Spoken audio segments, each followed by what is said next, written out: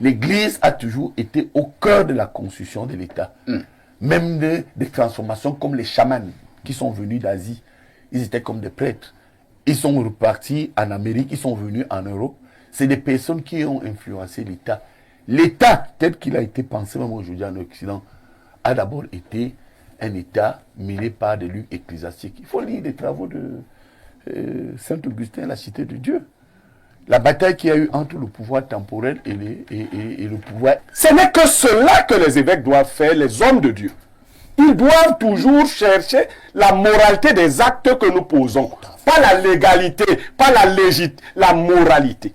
Et la moralité ici consiste pour des hommes de ce niveau d'attirer l'attention d'un de leurs pour lui dire que même si de mauvaises personnes autour de toi te chantent des cantiques contraires au bon sens. Voici ce que nous te disons, c'est la position de l'Église, elle est claire.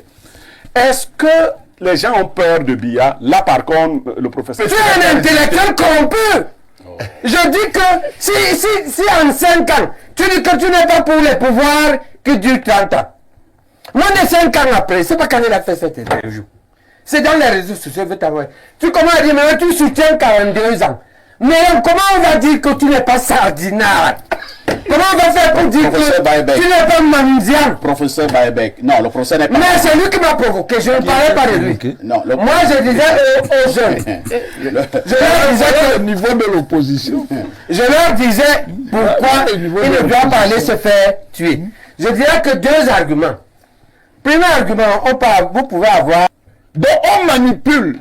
Les gens sélectionnent ce qui les arrange. Là, subitement, l'Église catholique devient le centre de vertu. C'est eux qui t'ont fait changer en 3 ans.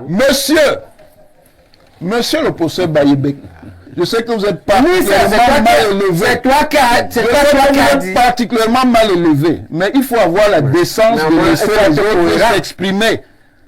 C'est vous n'êtes pas responsable. Vous n'êtes pas responsable de ma cohérence, monsieur. Assumez la vôtre. Mais moi, vous êtes incohérent? Non. C'est ton problème. Oui. Arrivez devant le peuple, n'importe quoi. Dites que c'est comme je dis, pas sérieux, monsieur. Vous êtes un professeur incohérent. On ne se comporte pas comme ça. Aux États-Unis, il y a ce qu'on appelle le conflit d'intérêts. Je répète, il est dans le conflit d'intérêts. C'est dans le conflit d'intérêts. Je ne mange pas l'argent d'un parti. C'est la force des arguments. Moi, je mange l'argent d'un parti. Oui. C'est la force des arguments. C'est ça la voiture qui t'a amené ça. Mais c'est manifestement pas sérieux. Allez-y, vous chutez le professeur Wanangini. Je dis non. Il faut que les gens arrêtent de mentir.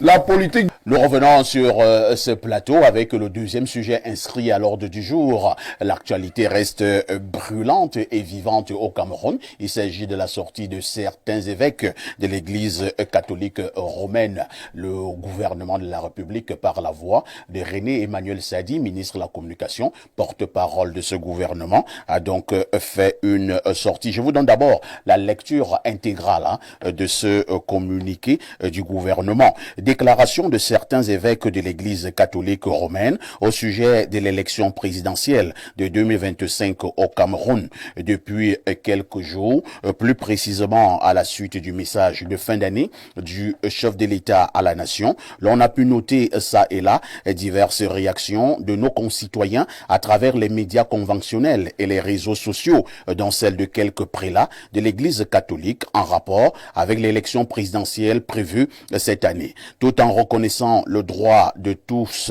à la libre expression de leurs opinions dans les limites fixées par les lois de la République, le gouvernement déplore vivement la véhémence de certaines prises de position focalisées sur le seul enjeu présidentiel et fondées sur une interprétation spécieuse et abusive des propos du président de la République. À cet égard, il convient de rappeler que le président de la République a été investi d'un mandat de 7 ans et à quelques mois de son terme, il lui est tout à fait loisible de rassurer ses concitoyens quant à sa détermination à l'assumer pleinement avec la même ardeur et le même dévouement.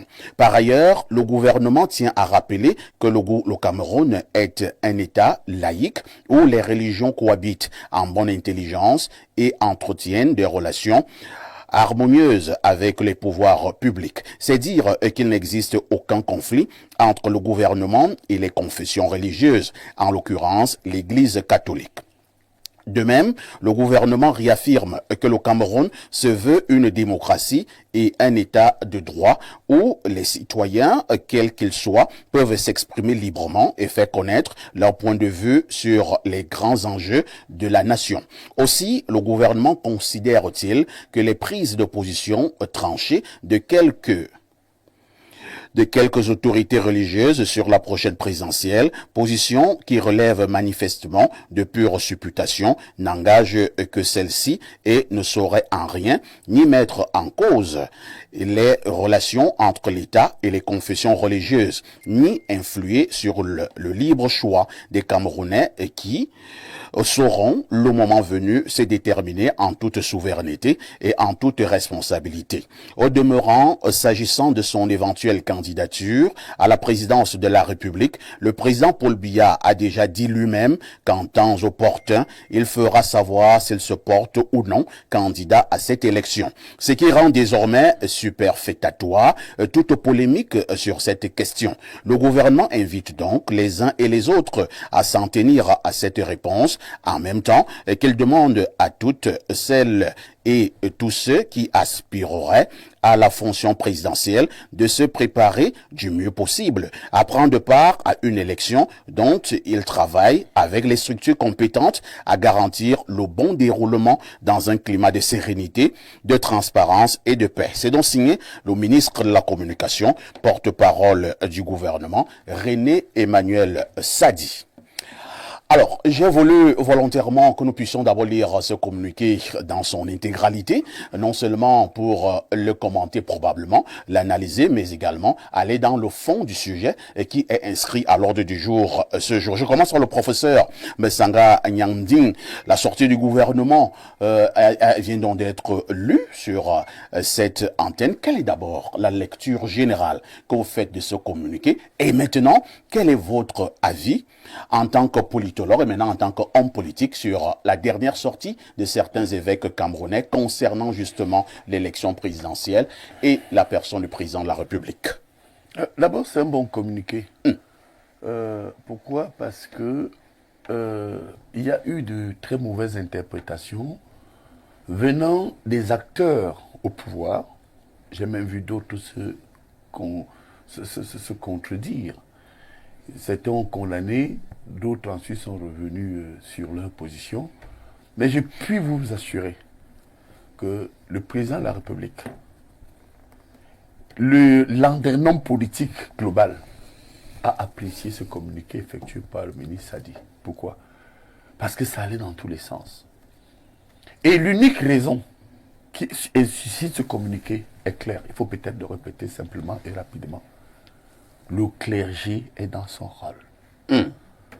On peut l'expliquer une fois de plus dans les deux dimensions encore qui s'imposent, la dimension socio-anthropologique et la dimension institutionnelle. Le clergé a une position et de tout temps. Il faut savoir que lorsque vous visitez même l'histoire des idées politiques, de l'Antiquité gréco-romaine passant par l'époque de la Renaissance et l'époque contemporaine, vous allez voir que le modèle d'État a été inspiré depuis l'Égypte pharaonique par les prélats. C'est-à-dire que tous ceux qui ont pensé que les prélats n'étaient pas dans leur rôle sont, pour moi, c'est mon modeste avis, passés à côté des réalités. Prenez l'Égypte. Vous savez, l'Égypte, c'était ce qui encadrait les pharaons. Il y avait les scribes, il y avait les vizirs, qui étaient des personnes influentes, qui étaient des conseillers. Je renvoie certains revoient l'ouvrage dédicat quoi, les descendants des pharaons à travers l'Afrique. Il y avait des espèces de grands prêtres qui existaient également en Égypte, qu'on appelle les évêques, qui ont existé. Et quand vous revenez dans l'État moderne occidental, vous allez vous rendre compte que la polémique entre le pouvoir temporel, du point de vue technique, là je reste toujours dans la dimension, dans la déclinaison scientifique, et le pouvoir ecclésiastique a toujours existé. Elle a toujours existé. Sur ce premier point, l'Église a toujours été au cœur de la constitution de l'État. Même des transformations comme les chamans qui sont venus d'Asie, ils étaient comme des prêtres. Ils sont repartis en Amérique, ils sont venus en Europe. C'est des personnes qui ont influencé l'État. L'État, tel qu'il a été pensé même aujourd'hui en Occident, a d'abord été un État mené par des lieux ecclésiastiques. Il faut lire les travaux de Saint-Augustin, la cité de Dieu. La bataille qu'il y a eu entre le pouvoir temporel et le pouvoir ecclésiastique. Mais moi, je vais vous relancer sur un autre. Donc, je pense que le communiqué est bon. On a compris Parce et que les évêques sont dans leur rôle. Oui, ils sont dans mais leur maintenez d'abord quand même le Je microphone. parle le contraire. Oui. Vous allez le dire tout à l'heure, professeur Évêque, oui. mais c'est d'abord le professeur Messanga. Professeur Messanga, depuis de très nombreuses années, ce n'est un secret pour personne. Je parle de l'église catholique romaine au Cameroun. Elle entretient cette église de très bons rapports avec le pouvoir en place. Il signe même régulièrement des accords et tout ce qui va avec. Pourquoi subitement, à quelques mois de cette élection présidentielle, certains évêques font des sorties, et ce qui fait croire que le mariage entre l'église catholique au Cameroun et le pouvoir d'Itoudi, que le mariage, le divorce a été consommé? Non, c'est ceux qui s'accrochent au régime. C'est-à-dire ce qu'on appelle souvent les fous de Dieu, dont les fous du pouvoir, qui voient en l'église une menace, pour deux raisons. Vous savez, lorsque vous visitez une fois de plus les rapports entre l'église et l'État, le pouvoir est sacré. La cité, c'est Dieu, avec la vertu, l'éthique et les modes de comportement. Et je termine du point de vue du droit international. Sur ce premier point et cette première question concernant le communiqué, vous allez vous rendre compte que même lorsque vous visitez nos travaux, les travaux les plus rigoureux des politologues qui montrent les mécanismes de régulation de l'État, il y a deux illustrations qui montrent que l'État, tel qu'il est aujourd'hui, il est religieux et il est ecclésiastique. Très bien. Un, religieux. Il y a des États islamiques. Jetons. Non, attendez, c'est important. Mais on connaît sérieusement. Oui, il y a des États Charlemagne, islamiques. tu as fait sa demande d'aîné. Oui, voilà. À Vision. Il y a des États islamiques. Il y a des États chrétiens comme le Vatican. Et du coup, les premiers analystes consacrent même l'État, tel qu'on le voit aujourd'hui, comme un État religieux. Puisque nous acceptons les 180 autres États membres des Nations Unies acceptent le nonce apostolique. Donc ils acceptent un ambassadeur de l'État religieux. Donc ils ont leur position à donner. Dernier exemple, le serment. Le serment. Allez aux États-Unis, allez en Corée, allez en Asie, allez partout. Vous verrez que lorsqu'un président de la République prête serment, c'est sur la Bible, c'est sur le Coran. En Israël, c'est sur la Torah. Donc, je suis plutôt étonné de voir des gens critiquer ces prêtres qui sont dans leur rôle. C'est pourquoi, donc, dans cet élément, maintenant, quelle est ma position? Votre deuxième volet de questions. Ma position est que il faut laisser les prêtres dans leur rôle. Nous avons des problèmes de gouvernance réels, lisibles, visibles. Et je crois que ramener cette position à dire que Paul Biya ne peut pas se présenter. Moi, je vais vous dire quand même une vérité qui va gêner certains et je chute là-dessus. Les autres adversaires ont peur du président Biya. Ah bon? C'est-à-dire que, c'est-à-dire quand vous voyez des gens qui se lèvent, d'abord, pour deux raisons. Il faut que je vous dise pourquoi ils ont peur de lui. Un, mais Paul Biya a été leur patron. Prenez le cas du président du MSC. Pendant 7 ans, il a été le ministre du président Paul Biya. Vous savez ce qu'on appelle la subordination? Moi, quand on m'a dit que je suis exclu du comité central, les gens voulaient que je m'appelle à Biya, mais moi je tremblais. C'est le mythe du chef. Paul Biya, c'est un patron. Paul Biya fait peur. Et deuxième raison, il y a le mystère même de Biya. Parfois il est mort, parfois il est ressuscité. Parfois on le déclare mort, parfois on le déclare vivant, parfois on le déclare au coma. Mais il faut quand même reconnaître que ce monsieur est un génie politique. La focalisation ne doit pas être faite sur Paul Biya. Très bien, c'est compris. Mais sur l'offre de l'opposition. C'est compris. Qu'est-ce que cette opposition offre? On a compris. Vous allez vite comprendre que le génie politique Paul Biya, malheureusement pour les opposants, fait encore peur. Parce qu'en réalité, quand on les observe très bien, tout ce bruit s'est fait parce qu'ils ne sont pas préparés. D'accord. Respectons le clergé. On a compris. C'est ma conclusion. Le clergé est dans son rôle. On a compris, professeur Messanga. Passons la parole à Pierre Blériot-Ouniemek. Pierre Blériot, au regard donc de cette sortie de l'Église catholique romaine au Cameroun, est-ce qu'on doit conclure que cette Église est clairement contre l'éventualité d'une candidature du président Paul Biya? Cette Église a encore la tête sur les épaules. Je vous ai dit, et sans vouloir le blesser, d'ailleurs, ce n'est pas pour le blesser, j'ai bien fait d'observer qu'aux obsèques de la mère du professeur Messanga, il y aura l'archevêque Cléda. Donc, il sait qu'il est une des ouailles de Cléda et qu'il doit respecter l'Église. Les autres catholiques qui sont ici, qui vont tenter de ne pas respecter l'Église, c'est leur problème. Bien fait, Messanga. Je crois que Sadi est aussi un bon chrétien. C'est pour cela que son communiqué était doux. Et dans le RDPC, on dit qu'il était très mou, ce communiqué. Il faut que Messanga le sache. C'est-à-dire, on critique Sadi de n'avoir pas dit clairement que Biya sera candidat, d'avoir jeté une sorte de suspicion. Ah, pourtant, le président l'a félicité. C'est toi qui demandes que tu ne parles pas quand les gens parlent. Bon, sur ma position relativement à la sortie des évêques, elle est invariable. Ce n'est que cela que les évêques doivent faire, les hommes de Dieu. Ils doivent toujours chercher la moralité des actes que nous posons. Pas la légalité, pas la légitime, la moralité.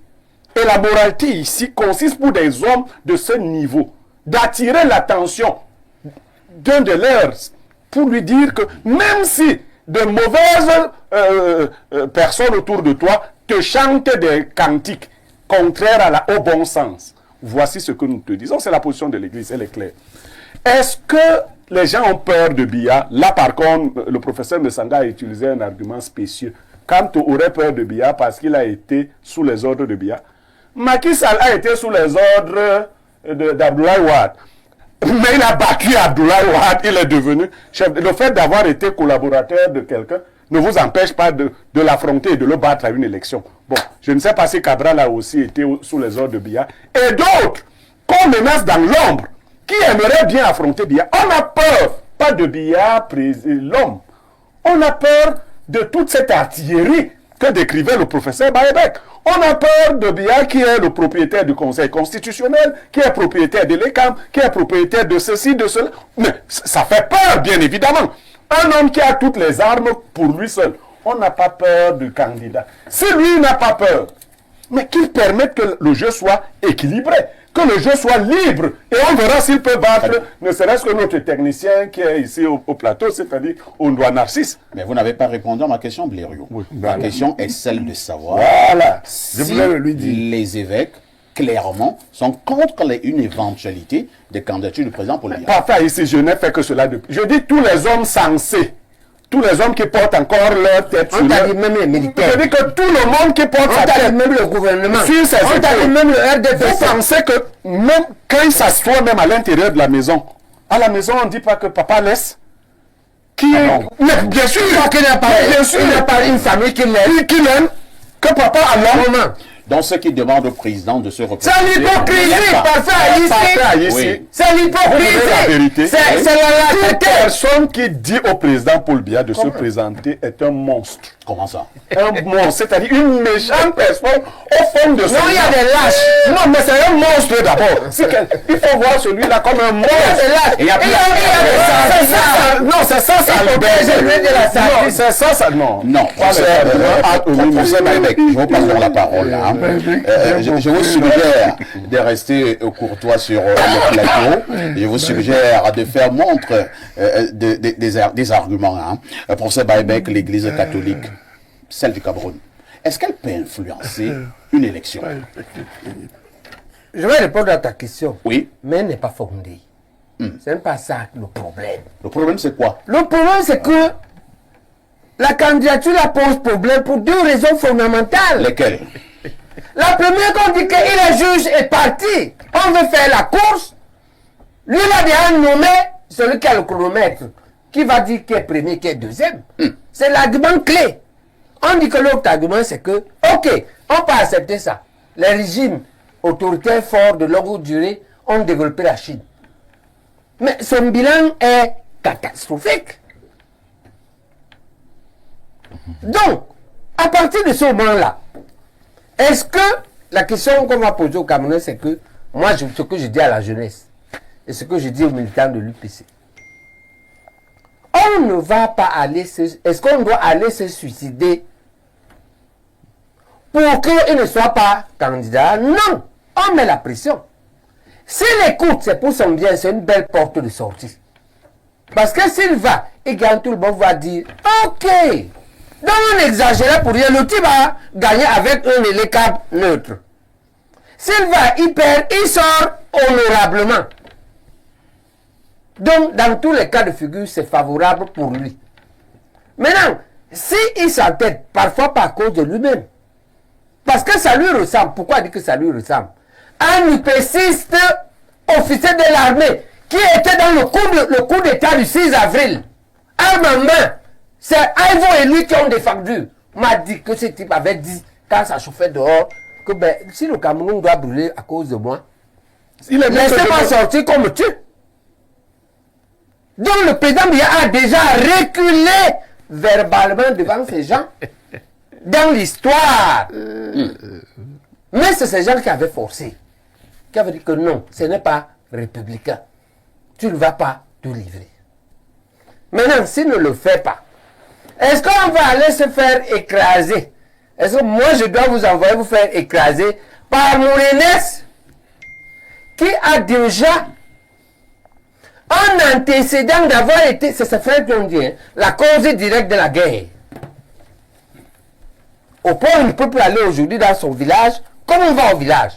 S'il n'y a pas la gendarmerie et l'armée, il ne peut pas. Est-ce que je vous envoie entrer dans sa machine pour que vous écrasez? Je dis non. Pourquoi? Question de l'histoire.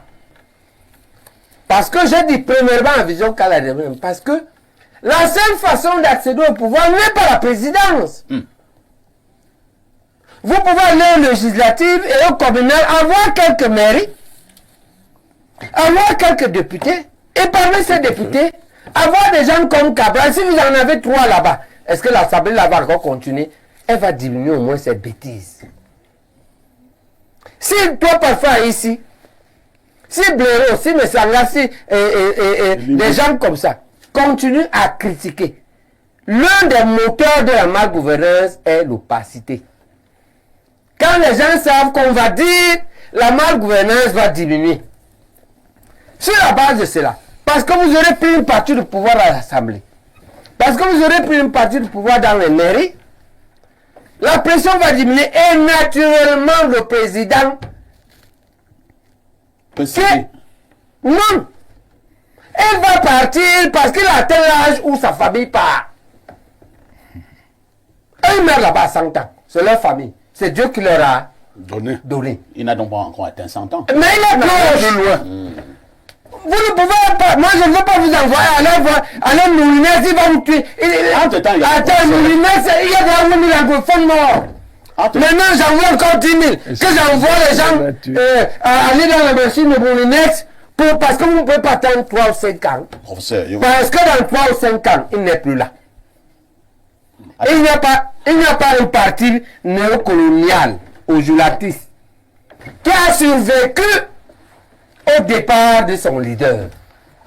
Le PDCI. Ah! Le PDCI a survécu sur une guerre. Qui a fait combien de morts? Il est même dans quel état? Voilà, il est dans quel état? Et comment mais tu dis que tu es un intellectuel corrompu. Je dis que si en 5 ans, tu dis que tu n'es pas pour les pouvoirs qui durent 30 ans. Moins de 5 ans après, c'est pas quand il a fait cette interview. C'est dans les réseaux sociaux, je veux t'envoyer. Tu commences à dire, mais tu soutiens 42 ans. Mais comment on va dire que tu n'es pas sardinard? Comment on va faire pour dire que tu n'es pas mendiant? Professeur Baebek. Non, le professeur n'est pas... Mais c'est lui qui m'a provoqué, je ne parlais pas de lui. Non, moi, je disais aux jeunes. Je leur disais au niveau de l'opposition. Je leur disais pourquoi il ne doit pas aller se faire tuer. Je dirais que 2 arguments. Premier argument, vous pouvez avoir une parcelle de pouvoir qui vous permet d'exister politiquement, de continuer la lutte, de revendiquer. Deuxième argument, vous allez conquérir, être féroce quand il ne sera plus là. Pourquoi? Parce que cette télé comme cette Cour constitutionnelle n'aura pas de dette vis-à-vis du prochain.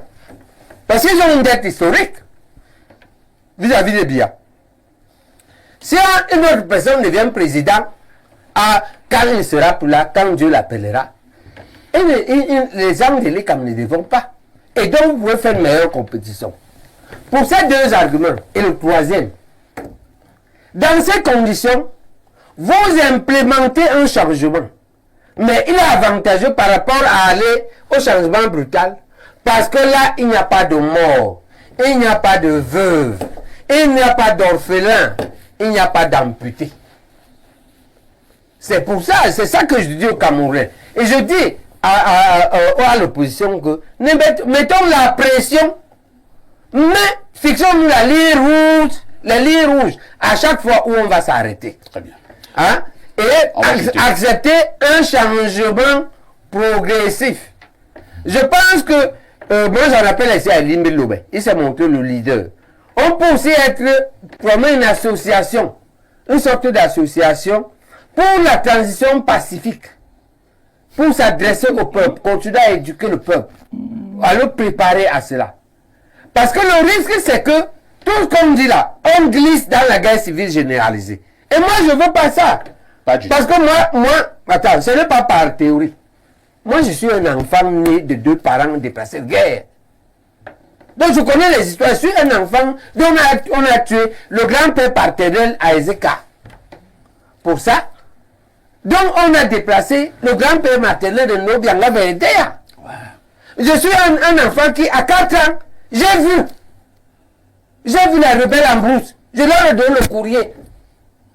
Et j'ai vu, et des morts, et ainsi de suite. Donc, je pense que c'est une expérience douloureuse. Et c'est que nous, on a fait 4 guerres. On les a perdus tous. Je ne peux pas vous appeler à la guerre aujourd'hui. En tout cas, moi, je n'ai pas l'âge de conduire la guerre. Donc, je suis un militant, un défendeur de que, à la fois, je défends 2 causes contradictoires. Je suis pour que le changement se fasse, que le président se positionne en arbitre, ou bien en candidat. Très bien. Mais un candidat avec un arbitre neutre. S'il insiste, chez ton professeur, on accepte le changement lent, et non pas le changement brutal. Pour ne pas être coincé comme les Amba Boys aujourd'hui. Là, voilà 8 ans, ce n'est pas fini. très bien. Et les souffrances continuent. Professeur Owonangini, nous avons la nette impression que depuis quelques mois, il y a un débat qui est né au sein de l'opinion publique, la candidature ou non du président Paul Biya à l'élection de 2025 au Cameroun. Un vrai débat pertinent ou alors un faux débat. C'est un débat oiseux. C'est un débat qui n'a même pas de sens. Ah bon? Bien sûr que c'est un débat qui n'a pas de sens. Et là, nous sommes en plein terrorisme intellectuel et idéologique. Et ça m'étonne que des gens qui disent qu'ils sont des démocrates se comportent de cette manière. Il faut que nous soyons sérieux dans ce pays. Monsieur Biya est un citoyen de la République du Cameroun. Il a beau être président de la République du Cameroun, qui est en train de terminer un mandat, il est citoyen. Et les citoyens ont des droits et libertés. Il n'y a aucune règle institutionnelle qui interdit au président Paul Biya d'être candidat s'il le veut. Maintenant, ça dépend de lui. Maintenant, ça ne dépend de personne, ni de ses partisans, ni des autres. Face à l'argument que vous venez d'évoquer, oui. Les autres répondent ainsi. Est-ce que tout ce qui est permis est bon? Est-ce que tout ce qui est permis est bon? Oui. La politique républicaine est construite d'abord sur des bases institutionnelles et légales. Elle peut engager la morale, mais nous nous trouvons dans une société où vous n'êtes pas sûr qu'il y ait un seul courant moral. C'est vous, et je vois ici des défenseurs de ce modèle, qui défendez la démocratie pluraliste. Dans les démocraties pluralistes, il n'y a pas seulement le pluralisme politique, il y a le pluralisme moral. Voilà pourquoi dans ces démocraties, il y a des gens qui sont contre ce qu'ils appellent l'ordre moral. C'est-à-dire qu'ils estiment que la liberté du système institutionnel leur permet d'avoir la morale qu'ils veulent. Mais il y a une limite. La limite, c'est la réglementation constitutionnelles et légales. Ce sont les normes constitutionnelles et légales qui constituent la limite. Ni les partisans, ni les détracteurs de M. Biya ne peuvent lui imposer une décision. C'est une affaire de souveraineté personnelle. Entre-temps. S'il veut être candidat, qu'il le soit. Ceux qui, à ce moment, estiment qu'il n'est pas un bon leader, ils choisiront les autres candidats. C'est aussi simple que ça. Entre-temps, professeur. Ceux qui estiment qu'il est un bon leader et qu'il continue à le rester, le choisiront. Mais le jeu que les gens sont en train de faire est un jeu très dangereux. Parce que c'est ça qui va entraîner le désordre. Lequel? Le désordre, c'est de vouloir imposer un coup par la force où Paul Biya ne serait pas candidat. Et ça va conduire évidemment à un rapport de force. Si on reste... C'est simple. Celui qui estime que le président Paul Biya n'est pas un bon dirigeant, il va à l'élection, il vote contre lui. Celui qui estime que Paul Biya est un bon président, vote pour lui. Ça, c'est sur ce point. On parle des règles de jeu qui sont faussées. C'est-à-dire que... C'est du bavardage. C'est du bavardage. Bon, attendez. Là, tu as parlé. Non, laisse-le parler. Il est juge et On ne peut parti. pas continuer. Il est juge et parti. Donc, c'est lui qui va proclamer l'élection. Bien sûr que c'est lui. Bien sûr que c'est lui qui va la proclamer. Sérieux. Et on est très sérieux. Ensuite, vraiment, l'inculture politique, c'est quelque chose. Gbagbo Laurent a gagné une élection présidentielle organisée par une commission électorale dont tous les membres avaient été désignés par le général Gueye. Qu'est-ce que vous racontez? Là, c'est la Côte d'Ivoire. Non, c'est la Côte d'Ivoire. C'est la Côte d'Ivoire. Il n'a pas perdu une autre dans la même commission. Mais il s'est dit même pas vrai. Ce n'est pas vrai. Oui, c'est pas Quand on a proclamé Gbagbo élu. Non, on n'a pas. Non, plus maintenant. On n'a pas proclamé. On n'a pas proclamé. Qu'est-ce que vous demandez? Gbagbo a fait et le général qui a proclamé Gbagbo élu? La commission électorale a proclamé Gbagbo. Après le départ de Gueye. Non, après le départ de Gueye. Après le départ de Gueye. Quand même, soyons sérieux un peu. Vraiment le débat. Soyons sérieux. J'avais une autre question à vous poser. Non, je le finis. Oui. Vous voyez, ces gens sont d'une mauvaise foi extrême. Populisme, démagogie, mensonge organisé. Les mots sont durs. Oui, mais il faut laisser le débat. Populisme, mensonge organisé. Et c'est la preuve de la lâcheté. L'Église catholique, en tant que corps, ne s'est jamais prononcée sur le fait que Paul Biya peut être candidat ou pas. Vous avez suivi l'évêque de Yagua. Il y a un processus, monsieur. Il y a un processus. L'évêque de Yagua est un évêque, mais il n'est pas l'église catholique au Cameroun. Tout à fait. Mais c'est un évêque de l'église catholique. Oui, mais attendez, je vais y arriver. Je vais y arriver. Laissez-moi parler. Laissez-moi parler. Pourquoi vous voulez m'empêcher de parler? Vous voulez suivre qui? Je dis, écoutez. L'Église catholique se prononce à travers des instances. Il y a des mécanismes. Vous voulez parler de la Il y a une conférence épiscopale nationale. Et quand elle se prononce comme corps, elle se prononce par des lettres pastorales. Il n'y en a pas encore eu une. Quand il y a des évêques, il n'y en a pas encore eu une. Monsieur, je parle bien en disant ce que je veux dire, monsieur Niamey. Oui, tout à fait. Deuxième chose, les avis même des évêques sont divergents. Non, juste là, tous les évêques sont... Attendez, monsieur, vous avez entendu l'avis de Monseigneur Philippe Barga? Non, il n'a rien dit. Je parle de Monseigneur Philippe Barga. Il a rien dit. Il a dit quoi? Il a fait un communiqué pour repréciser sa pensée. Mais vous parlez de Jean Barga. Attention, monsieur. Donc vous voyez comment vous manipulez la situation? Vous parlez de Monseigneur Jean Barga. Et même Monseigneur Jean Barga, c'est des interprétations de ses propos. Ça veut dire qu'il n'est pas d'accord avec la logique qui consiste à l'associer aux propos de Monseigneur Cléda et de Monseigneur Abo et de Monseigneur Yaouda. Donc on manipule. Les gens sélectionnent ce qui les arrange. Là, subitement, l'église catholique devient le centre de vertu. C'est eux qui t'ont fait changer en 3 ans. Monsieur le professeur Bayebek, je sais que vous êtes Oui, particulièrement mal élevé. C'est toi qui as dit. Particulièrement mal élevé. Mais il faut avoir la décence de laisser les autres s'exprimer. Vous n'êtes pas responsable. Vous n'êtes pas responsable de ma cohérence, monsieur. Assumez la vôtre. Mais moi, vous êtes incohérent. C'est ton problème. Oui. Arrivez devant le peuple, n'importe quoi. Dites que c'est comme vous êtes incohérent. C'est sérieux, monsieur. Vous êtes un professeur incohérent. On ne se comporte pas comme ça.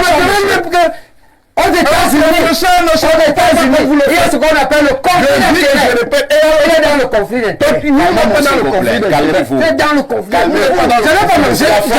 Je ne mange pas l'argent d'un parti. C'est la force des arguments. Moi, je mange l'argent d'un parti. Oui. C'est la force des arguments. C'est ça la voiture qui t'a amené là. Les Vous n'êtes manifestement pas sérieux. Allez-y, Vous chutez, manquez de professeur sérieux. Wanangini. Je dis non. Il faut que les gens arrêtent de mentir. La politique du mensonge est une politique de l'impasse. Il n'y a aucune position commune de l'Église catholique sur la question qu'on soulève pour le moment. Peut-être que cette position interviendra plus tard. Très bien. Je termine. Nous sommes en République. Et les petites manipulations de M. Niamey ne passeront pas. Lesquelles? Le Cameroun n'est pas une théocratie et c'est un catholique qui vous parle. Le Cameroun est une république laïque. La laïcité. Le Cameroun est une république laïque. Cette laïcité-là. Ce ne sont pas les dogmes du pape qui sont les lois de la République du Cameroun. Professeur, vous attaquez au pape? Merci. Je C'est répète compris. que ce ne sont pas les dogmes C'est du compris. pape qui sont les lois de la République du Cameroun. Le Vatican est un État en relation avec le Cameroun et le Cameroun a sa souveraineté. C'est compris. Maintenant, je vais finir. Oui. Laissez-moi Il finir. vous reste Ça exactement m'empêcher de une minute. finir. Il vous reste exactement 1 minute, chutons. Ceux qui encouragent la surpolitisation de la religion sont en train d'entraîner le pays dans une voie qui est très dangereuse. Comme ça les arrange pour l'instant, il y a des leaders religieux qui veulent parler dans le sens qu'ils veulent. C'est bien. Mais j'aimerais aussi, quand après on aura des leaders Achetés. fondamentalistes, Lorsqu'on aura acheté le un peu de sérieux. on sait qu'on va bientôt acheter certains leaders religieux. Qui diront Moi, le je contraire. suis contre l'intervention des leaders religieux en politique, quels qu'ils soient. Ils ont des points de vue politiques. Ils ont des points de vue en tant que citoyens. Non, mais même Ces en tant points que de vue ne religieux. doivent pas être des points de vue en tant qu'institution, sinon ils rentrent en conflit avec l'État.